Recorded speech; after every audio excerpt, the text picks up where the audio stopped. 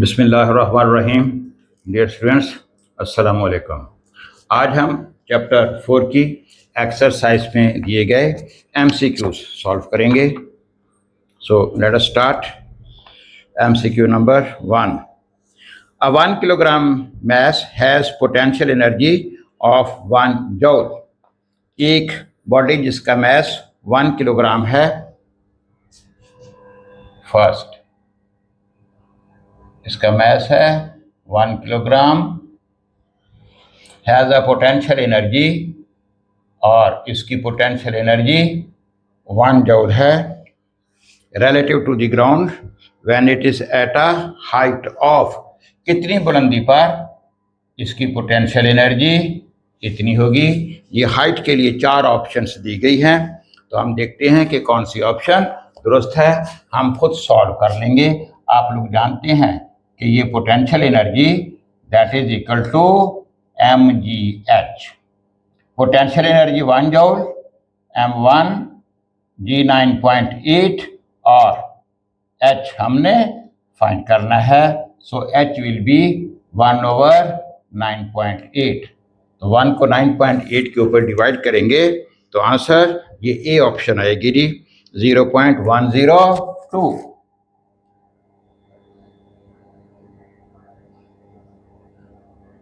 तो इसमें देखिए ये फर्स्ट ऑप्शन ए ऑप्शन जो है that will be the true answer.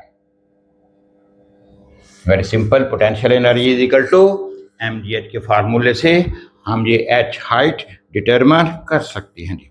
Second one जी, an iron sphere whose mass is 30 kilogram. एक आयरन का सफियर जिसका मैस 30 किलोग्राम है, has the same diameter as an aluminium sphere. इसका diameter उतना ही है जितना एक दूसरे एल्यूमिनियम के सफियर का, लेकिन उसका मैस 10.5 किलोग्राम है, यानी उसका मैस कम है।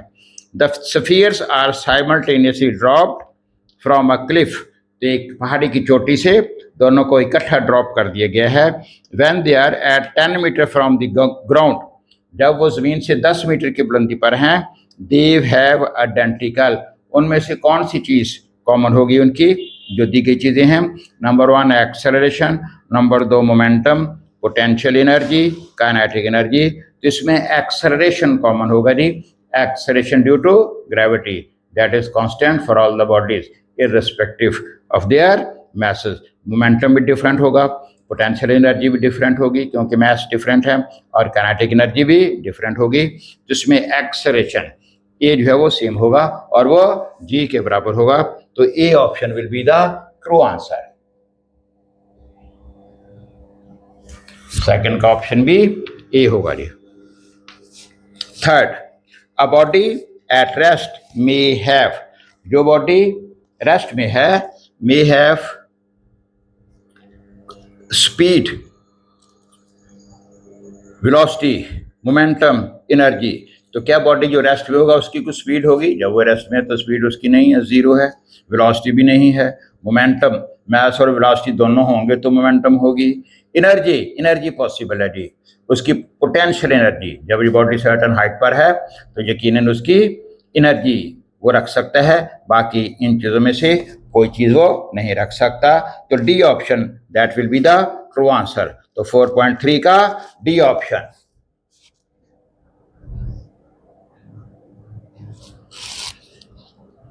(4.4) The height above the ground of a child on a swing varies from 0.5 meter of his lowest point to 1.5 meter at the highest point।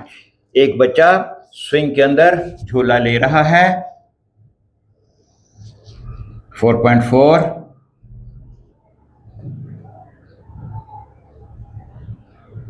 ये देखिए इस तरह से ये स्विंग के अंदर झूला ले रहा है, इस तरह से स्विंग कर रहा है, और ज़मीन से हाइट ये लोएस्ट पोजीशन है। जब यहाँ पर है तो उसकी हाइट 0.5 मीटर है, और ये इसकी हाईएस्ट पॉइंट है, और जब यहाँ पर है तो ये हाइट उसकी 1.5 5 मीटर है। तो आपने बताना क्या है, the maximum speed of the child is approximately, उसकी मैक्सिमम स्पीड कितनी होगी। तो उसकी मैक्सिमम स्पीड उस वक्त होगी जब वो इस पॉइंट पर है, लोएस्ट पोजीशन पर है। तो अब देखिए यहाँ पर इसकी हमने स्पीड कैलकुलेट करनी है। हाँ जी, यहाँ पर इसकी potential energy let it be mgh1, और यहाँ पर इसकी potential energy let it be mgh2। Loss of potential energy is equal to gain in kinetic energy का फार्मूला लगाइए। तो यहाँ पर जो काइनेटिक एनर्जी इसकी होगी half mv², that will be mgh1 minus mgh2। mg common निकाल लीजिए, h1 minus h2, half mv², m काट दीजिए, v², 2g h1 minus h2, and v will be square root of 2g h1 minus h2, 2 into 9.8, h1 1.5, और ये 0.5, ये 1.5, ये 0.5। तो this will be, इसको मल्टीप्लाई कीजिए 9.6, 1.5 में से 0.5 माइनस करेंगे तो 1 ही आएगा। तो ये 19.6 के स्क्वायर रूट के बराबर होगी, which is 4.4 metre per second. B option will be the true. तो 4.4 का B. 4.5, when a ball is thrown vertically upward, एक बाल को ऊपर की तरफ फेंका गया है, and then falls back to the ground, फिर वो दोबारा जमीन की तरफ गिर जाता है मैक्सिमम बुलंदी पर पहुंच के, यकीनन वो वापस आएगा। which force can be considered conservative in this scenario, तो कौन सी फोर्स कंजर्वेटिव है, फोर्स ऑफ ग्रेविटी, जिसमें कंजर्वेटिव है। रेजिस्टेंस फोर्स भी कंजर्वेटिव नहीं होती है, रेजिस्टेंस, फ्रिक्शन भी नहीं, contact force with the child no, force of gravity. तो बी ऑप्शन इसमें ट्रू होगी। तो 4.5 का answer B.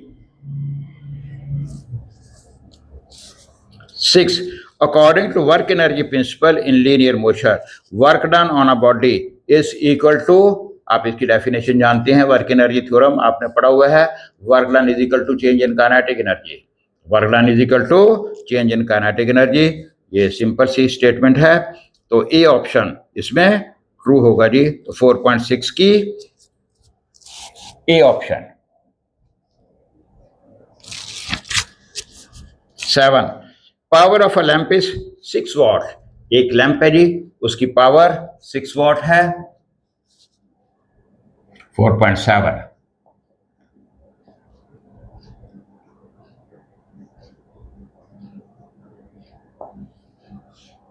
how much energy does the lamp deliver out in 2 minutes? 2 minutes के बनेंगे seconds, 2 into 60 seconds, 120 seconds। How much energy, यानी work done निकालना है आपने। Power is equal to work over time, and work is equal to power को time से multiply कर देंगे। पावर 6 है, टाइम 126 सेकेंड है, पावर 6 वॉट है, मल्टीप्लाई करें 720 joule is the work done और द पावर डिलीवर्ड। तो इसमें 720 ये डी ऑप्शन में दी गई है। So our D option will be true answer. 4.7 का डी।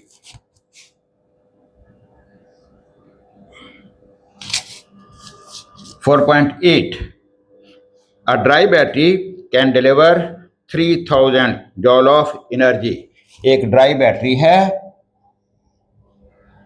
एनर्जी या वर्क जो वो डिलीवर कर सकती है, that is 3000 joule to a 2 watt small electric motor. एक इलेक्ट्रिक मोटर जिसकी पावर 2 वाट है, इसको ये इतनी एनर्जी दे सकती है, इतनी एनर्जी डिलीवर कर सकती है बिफोर बैटरी इज एग्जॉस्टेड। इतनी एनर्जी देने के बाद ये बैटरी डिस्चार्ज हो जाएगी, ख़त्म हो जाएगी। For how many minutes does the battery run, तो ये बैटरी कितना टाइम चल सकेगी, मिनट्स में आपने टाइम बताना है। टाइम आपने मिनट्स में बताना है, क्योंकि फार्मूला तो हमें सेकंड में देगा। तो आप लोग जानते हैं ये हमारा है 4.8, यही फार्मूला लगेगा जी। ये देखिए, power is equal to energy over time. अब आपने टाइम निकालना है, ये इधर आ जाएगा, ये इधर आएगी, क्रॉस मल्टीप्लिकेशन ये इस तरफ आ जाएगी।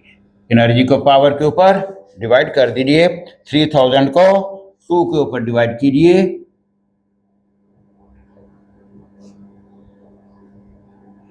So this will be 1500। लेकिन ये सेकंड्स होंगे। मिनट्स बनाने के लिए इसको 60 के ऊपर डिवाइड कीजिए, अलहदा से लिखें, is equal to,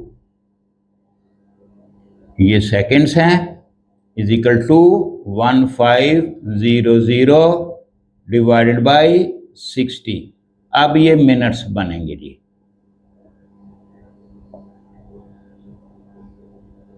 it is 25 minutes.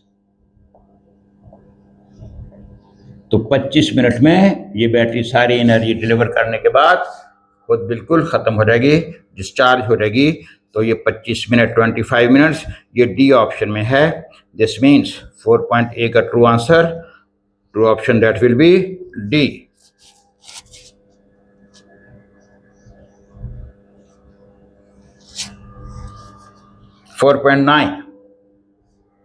The kinetic energy acquired by a mass m after traveling a fixed distance from rest. एक बॉडी रेस्ट में है, वहाँ से उसके ऊपर कांस्टेंट फोर्स लगती है, तो कुछ फासला तय करने के बाद यकीनन वो काइनेटिक एनर्जी गेन कर लेगी under the action of constant force.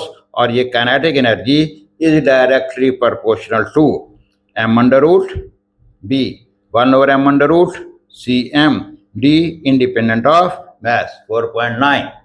तो आप लोग जानते हैं this kinetic energy, change in kinetic energy is equal to work done. Work done is equal to F dot डी। कांस्टेंट फोर्स और डिस्प्लेसमेंट पे डिपेंड करेगा, it is independent of mass. Kinetic energy is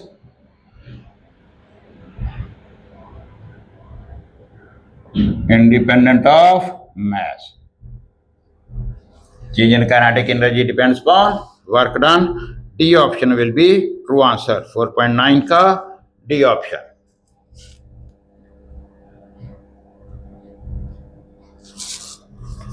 Four point 10. A body moves a distance of 10 meter. एक body 10 metre का फासला तय करता है along a straight line under the action of 5 newton. 5 newton force अमल करती है। If the work done is 25 joule, the angle which the force makes with the direction of motion of the body is. ये 4 angles दिए गए हैं जी, इनमें से कौन सा ट्रू है ये हम कैलकुलेट करके देखते हैं। डिस्टेंस 10 मीटर,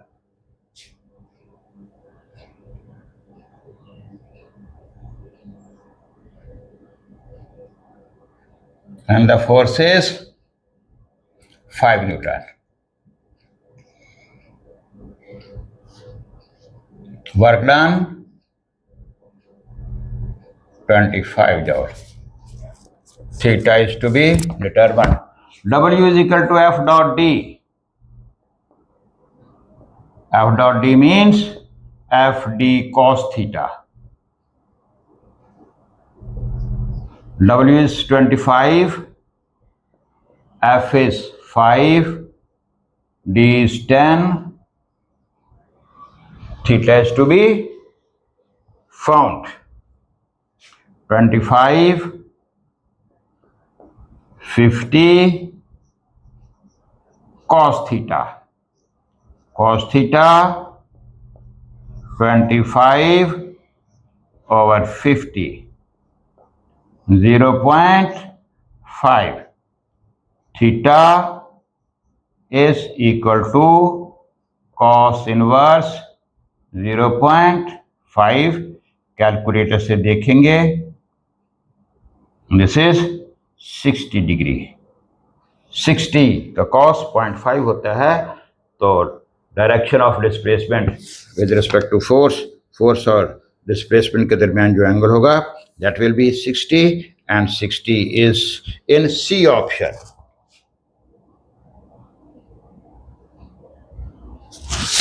तो इसके साथ ही ये हमारे एमसीक्यूज ख़त्म हुए. एमसीक्यूज ये भी आपने करने हैं, और इसके अलावा भी किसी गाइड से, अच्छी बुक से जितने भी एमसीक्यूज आपको अवेलेबल हों, मैक्सिमम एमसीक्यूज आपने ट्राई करने हैं. और एमसीक्यूज को क्रैमिंग, रटा नहीं लगाना. जब आप रटा लगाएंगे तो थोड़ी सी स्टेटमेंट के अंदर जो चेंज होगी वो आपको परेशान कर देगी. एमसीक्यूज की स्टेटमेंट को समझना है और पूरे कॉन्सेप्ट्स के साथ समझ के एमसीक्यूज आपने सॉल्व करने हैं, इनकी प्रैक्टिस करनी है. और इसके साथ ही मुझे इजाज़त दीजिए. खुदा हाफिज़.